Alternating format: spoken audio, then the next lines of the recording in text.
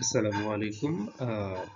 Today we discuss about how to write a research title in simple way and a smartest way. আজকে আমরা শিখতে যাব যে একটা রিসার্চ টাইটেল কিভাবে লিখতে হয়। তো আমরা পরের স্লাইডে চলে যাই। বলা হচ্ছে characteristic of a good research title. একটা রিসার্চ টাইটেলকে বা গুড বলা হবে বা ভালো বলা হবে তখন তার কিছু বৈশিষ্ট্য থাকবে। বৈশিষ্ট্যগুলো হচ্ছে সর্বপ্রথম ক্লারিটি অ্যান্ড প্রেসিশন, অর্থাৎ যে আমরা রিসার্চ টাইটেলটা থাকবো সেটা সাধারণত বা ক্লারিফিকেশন থাকতে হবে। এরপরে দ্বিতীয় নম্বর যে বা কথাটা বলা হয়, বৈশিষ্ট্যটা বলা হয় সেটা হচ্ছে কনসাইজ, অর্থাৎ আমরা যে রিসার্চ টাইটেলটা লিখবো সেটা হতে হবে কনসাইজ। এটা বা সাধারণত 10 থেকে 15টি ওয়ার্ডের মধ্যে হইতে হয়। 10-এর কম হইলেও সেটাকে বা ভালো টাইটেল বলা হয় না, আবার 15-এর ঊর্ধ্বে হয়ে গেলেও সেটাকে একটা ভালো টাইটেল হিসেবে গণ্য করা হয় না। সুতরাং আমরা যে টাইটেলটা লিখব, রিসার্চ টাইটেল, সেটা সাধারণত 10 থেকে 15টি ওয়ার্ডের মধ্যে হইতে হবে। এরপরে আমরা যে রিসার্চ টাইটেলটা লিখব তার বৈশিষ্ট্য হতে হবে, সেটা হতে হবে অ্যাকুরেট অ্যান্ড ইনফরমেটিভ, অর্থাৎ এর মধ্যে আমরা যদি কিছু কম্পোনেন্ট থাকে সেই কম্পোনেন্টগুলো অবশ্যই থাকতে হবে এবং এটা অবশ্যই ইনফরমেটিভ হইতে হবে। আচ্ছা, এরপরে আমরা যে বিষয়টাকে বা ফোকাস করব, that is basic components of a research title. একটা রিসার্চ টাইটেলের জন্য আসলে কি কি কম্পোনেন্ট থাকা বাধ্যতামূলক বা কি কি বেসিক কম্পোনেন্ট থাকতেই হয়, যে কম্পোনেন্টগুলো থাকলে একটা রিসার্চ টাইটেলকে আমরা সিম্পল উপায়ে সাজাইতে পারি বা রিসার্চ টাইটেল ফলপ্রসূ হয়। তো সর্বপ্রথম বা যে আমরা বিষয়টা ফোকাস করব কম্পোনেন্টটা, সেটা হচ্ছে ভ্যারিয়েবল, অর্থাৎ নির্দিষ্ট একটা চলক লাগবে যে চলকটা আমরা পরিমাপ করতে পারবো। এরপরে দ্বিতীয় নম্বরে যে বিষয়টা লাগবে সেটা হচ্ছে পপুলেশন। আমাদের স্টাডি পপুলেশনটা আগে সিলেকশন করতে হয়, সেটা রিসার্চ টাইটেলে উল্লেখ করতে হবে। এরপরে 3 নম্বরে যে বিষয়টা লাগবে সেটা হচ্ছে রিসার্চ প্রবলেম, অর্থাৎ এমন একটা টপিকস যেটা বা researcher want to solve or want to answer, যেটা রিসার্চার সলভ করতে চাচ্ছে অথবা অ্যান্সার করতে চাচ্ছে, এরকম একটা টপিক সে এখানে নির্দিষ্ট করে দিবে।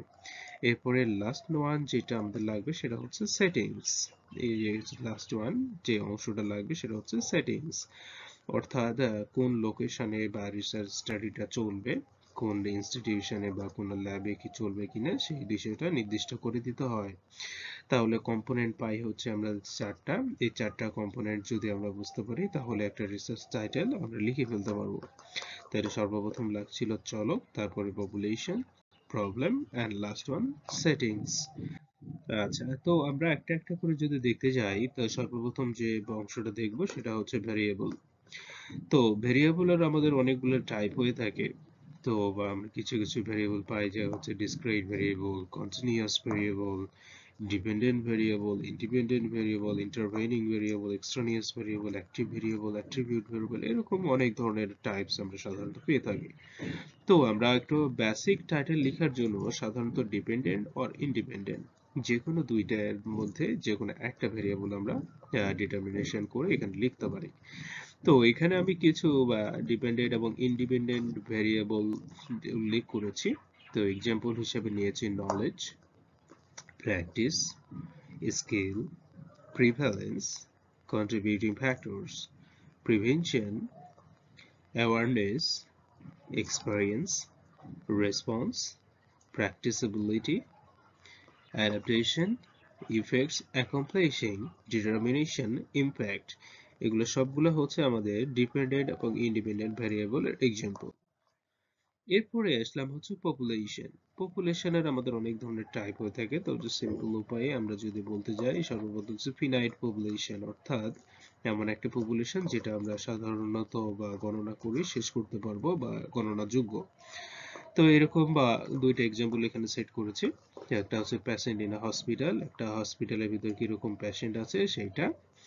তারপরে হচ্ছে পিপল অফ এ কমিউনিটি, একটা বা কমিউনিটির ভিতর কত মানুষ আছে সেইটা।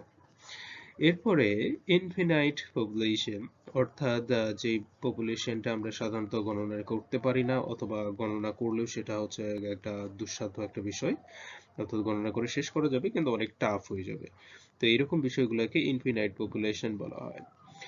তো বা এরকম ইনফিনিট পপুলেশনের দুইটা এক্সাম্পল এখানে দিয়েছে। নাম্বার অফ ইনসেক্ট, অর্থাৎ কোনো একটা নির্দিষ্ট জিওগ্রাফিক্যাল এরিয়াতে কতগুলো ইনসেক্ট আছে, কীট পতঙ্গ আছে, সেগুলো আমরা চাইলে গণাইতে পারি না, বা গণলেও সম্ভব হলেও সেটা অসম্ভব ব্যাপার। এরপরে হচ্ছে বা দ্বিতীয় নম্বর বলেছে নাম্বার অফ মাইক্রো অর্গানিজম, নির্দিষ্ট একটা বা জিওগ্রাফিক্যাল এরিয়ার মধ্যে কতগুলো মাইক্রো অর্গানিজম আছে সেটা আমরা সাধারণত গণনা করতে পারি না, যেগুলো হচ্ছে ইনফিনাইট পপুলেশন। তো এরপরে আমরা যেটা দেখব সেটা হচ্ছে টার্গেট পপুলেশন। টার্গেট পপুলেশনের মধ্যে বা হতে পারে কোনো ধরনের একটা নির্দিষ্ট সাইডের স্টুডেন্ট, নার্সিং স্টুডেন্ট হতে পারে, এনি কাইন্ড অফ স্টুডেন্ট হতে পারে, ইঞ্জিনিয়ারিং স্টুডেন্ট হতে পারে, মেডিকেল স্টুডেন্ট হতে পারে, আদার্স প্রফেশন। এরপরে এনি স্টাফ, যে কোনো ধরনের স্টাফ হতে পারে, অফিস স্টাফ হতে পারে, কোনো ধরনের স্টাফ হতে পারে, যে কোনো ধরনের সেই স্টাফ কোনো একটা টার্গেট পপুলেশন আমরা হতে পারে। এরপরে হয়তো নির্দিষ্ট প্রফেশনের কোনো একজন লোক হতে পারে, নার্স হতে পারে, ডক্টর হতে পারে, রিক্সা পুলার, এনি আদার প্রফেশন, যে কোনো প্রফেশনাল সেও হতে পারে, সেটাও আমাদের টার্গেট পপুলেশনের অন্তর্গত। এরপরে হতে পারে নির্দিষ্ট কোনো বা জেন্ডার গ্রুপ, যেমন হতে পারে মেল, যেমন হতে পারে ফিমেল, অথবা আদার্স, নির্দিষ্ট একটা গ্রুপকে কেন্দ্র করেও সাধারণত আমরা রিসার্চ স্টাডিটা চালাতে পারি। এরপরে বা যে কোনো এজ গ্রুপের বা হইতে পারে, যেমন হচ্ছে বা চিলড্রেন, অথবা অ্যাডাল্ট, অথবা আমাদের বয়োবৃদ্ধ যারা আছে, ওল্ডার অ্যাডাল্ট, এরকম যে কোনো ধরনের এজ গ্রুপকে কেন্দ্র করে আমরা সাধারণত বা টার্গেট পপুলেশনটা সেট করতে পারি। এরপর হচ্ছে এনি ক্লাস অফ পিপল, আমরা যদি পিপলের ক্লাস বা শ্রেণী বিন্যাস করে থাকি তাহলে বা যে কোনো শ্রেণীর মানুষজনই এখানে অন্তর্গত হতে পারে, যদি আমরা একটা শ্রেণী উল্লেখ করে থাকি এক বা একাধিক। আচ্ছা, তাহলে এগুলা হচ্ছে আমাদের পপুলেশন। তাহলে আমাদের দ্বিতীয় নম্বর যে বিষয়টা সেট করতে হয় সেটা হচ্ছে আমাদের পপুলেশন। এরপরে আমরা যে বিষয়টা লাগবে আমাদের জন্য মেইন ইম্পর্টেন্স, যেটাকে আমরা বলে থাকি রিসার্চ টপিক, রিসার্চ প্রবলেম বা রিসার্চ টপিক। তো রিসার্চ টপিক গুলা বা সাধারণত বা যে যে বিষয়ের সাথে সংযুক্ত সে তার বিষয় নিতে পারে।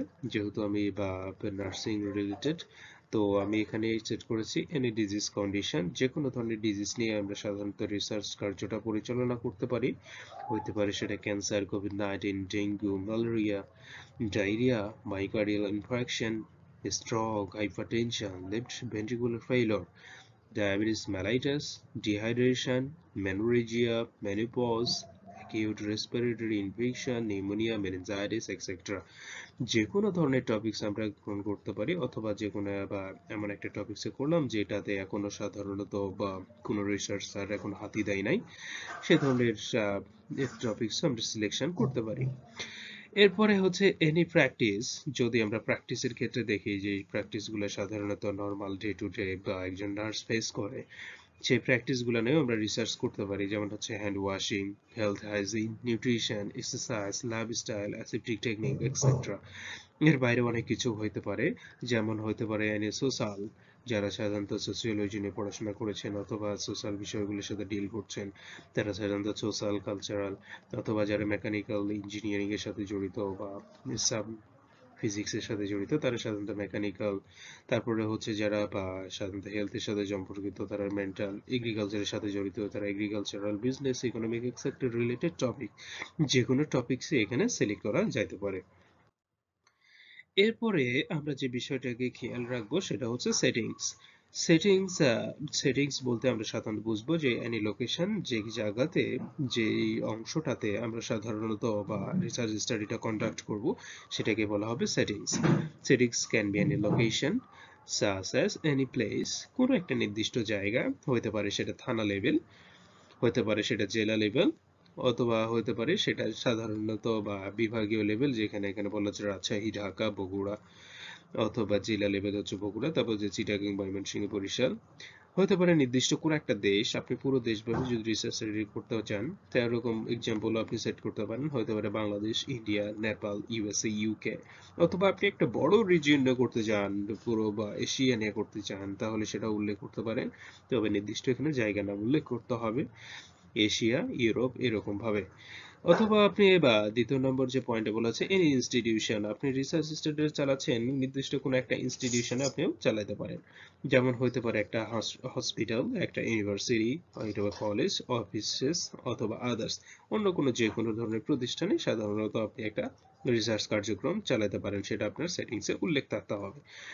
এরপরে বা লাস্ট ওয়ান যেটা বলেছে এনি ল্যাবরেটরি, অনেকে আছে শুধুমাত্র ল্যাবে রিসার্চ স্টাডিটা চালায়, তাহলে তার ল্যাবের নামটা এখানে মেনশন করতে হবে, সেটাই তার সেটিংস হিসেবে কাজ করবে। তাহলে আমরা তো আমরা এখানে দেখব যে how the title is organised in a simple way, অর্থাৎ আমরা যে অংশগুলো পড়লাম সেগুলো হচ্ছে সিম্পল ওয়েতে কিভাবে সাজানো যায়। তো ফরম্যাটটি এখানে আমি একটা দেওয়ার চেষ্টা করেছি। তো বলা হচ্ছে সর্বপ্রথম যে ফরম্যাটে বা প্রথমে আমরা নিব হচ্ছে একটা ভ্যারিয়েবল। ভ্যারিয়েবলের পরের অংশটা থাকবে একটা বা আমাদের প্রিপোজিশন, যেটা হচ্ছে সেন্টেন্সের সাথে সামঞ্জস্যপূর্ণ এরকম একটা বা প্রিপোজিশন। তারপরে নিব আমরা রিসার্চ প্রবলেম অংশটা, অর্থাৎ এই জায়গাতে আমরা যে টপিকসটা সিলেক্ট করেছি সেই টপিকস অংশটা থাকবে প্রবলেম অংশে। এরপরে আমরা তারপরে আবার একটা প্রিপোজিশন নিব, যেটা আমাদের সেন্টেন্সের জন্য জরুরি বা সেন্টেন্সের জন্য সামঞ্জস্যপূর্ণ এরকম একটা প্রিপোজিশন আমরা এখানে গ্রহণ করব। এরপরে নিব আমরা পপুলেশন। পপুলেশন অংশটা নিব, পপুলেশন আমরা কাদের উপর রিসার্চ স্টাডিটা চালাচ্ছি সেই অংশটা নিব, যেটা আমরা কিছুক্ষণ আগে দেখলাম যে population, finite population, infinite population অথবা টার্গেট পপুলেশন, যে কোনো একটা নিচ্ছি। এরপরে আমাদের যেটা নিতে হবে সেটা হচ্ছে সেটিংস অথবা লোকেশন, আমরা কোন লোকেশনে করছি, কোন প্লেসে করছি, কোন ইনস্টিটিউশন বা ল্যাবে করছি সেই জিনিসটা এখানে মেনশন করতে হবে। তাহলে আমরা সর্বপ্রথম পাচ্ছি ভেরিয়েবল, তারপরে একটা প্রিপোজিশন, তারপরে রিসার্চ প্রবলেম, তারপরেও একটা প্রিপোজিশন, আবার research population, last one research setting, কমার পরে রিসার্চ সেটিং। তো এখানে কিছু এক্সাম্পল দেখা যাক। তো আমি এখানে তিনটা এক্সাম্পলের মতো সেট করে দিয়েছি। বলা হচ্ছে prevention of dengue fever among rural person, Gabtali, Bogura. বলা হচ্ছে প্রিভেনশনটা হচ্ছে একটা ভ্যারিয়েবল, তারপরে হচ্ছে অফ এর সাথে সামঞ্জস্যপূর্ণ একটা প্রিপোজিশন, তারপরে হচ্ছে ডেঙ্গু ফিভার, ডেঙ্গু ফিভারটা হচ্ছে আমাদের রিসার্চ প্রবলেম, তারপরে হচ্ছে অ্যামংটা হচ্ছে এক ধরনের প্রিপোজিশন, তারপর হচ্ছে রুরাল পারসন, সেটা হচ্ছে আমাদের পপুলেশন, গাবতলী, বগুড়া, এটা হচ্ছে আমাদের সেটিংস। অর্থাৎ আমাদের সর্বপ্রথম দেখতে হবে একটা রিসার্চ বা টাইটেলের মধ্যে যে চারটা অংশ আছে কিনা। আসলে আমরা দেখতে পাচ্ছি সর্বপ্রথমে প্রিভেনশন অংশটা হচ্ছে ভ্যারিয়েবল আছে, তারপরের অংশটা হচ্ছে আমাদের প্রবলেম আছে ডেঙ্গু ফিভার হিসেবে, তারপরের অংশটা হচ্ছে রুরাল পারসন, এটা হচ্ছে আমাদের পপুলেশন, কাদের উপর করছি টার্গেট গ্রুপ, আর একটা হচ্ছে বা সেটিংস, সেটা হচ্ছে গাবতলী, বগুড়া। ঠিক একই রকম ভাবে পরেরটা যদি দেখি অ্যাওয়ারনেসটা হচ্ছে আমাদের ভেরিয়েবল, অন হচ্ছে প্রিপোজিশন, কোভিড-19টা হচ্ছে বা আমাদের প্রবলেম, তারপরে আমাদের অ্যাপ্রোপ্রিয়েট বা সামঞ্জস্যপূর্ণ প্রিপোজিশন, এরপরে হচ্ছে নার্সিং স্টুডেন্ট আমাদের হচ্ছে টার্গেট গ্রুপ, তারপরে হচ্ছে কোন একটা ইনস্টিটিউশনের নাম, রাজশাহী নার্সিং কলেজ, রাজশাহী, এটা হচ্ছে আমাদের সেটিংস।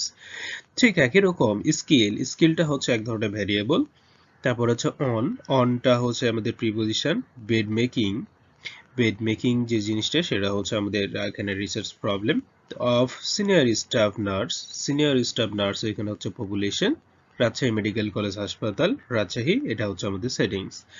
ঠিক একই রকম ভাবে আপনারাও বা সেট করতে পারেন। সর্বপ্রথম নিতে হবে ভেরিয়েবল, তারপরে প্রিপোজিশন, তারপরে রিসার্চ প্রবলেম, তারপর আরো একটা প্রিপোজিশন, তারপরে হচ্ছে পপুলেশন, কমা দিয়ে তারপরে দিব আমরা সেটিংস।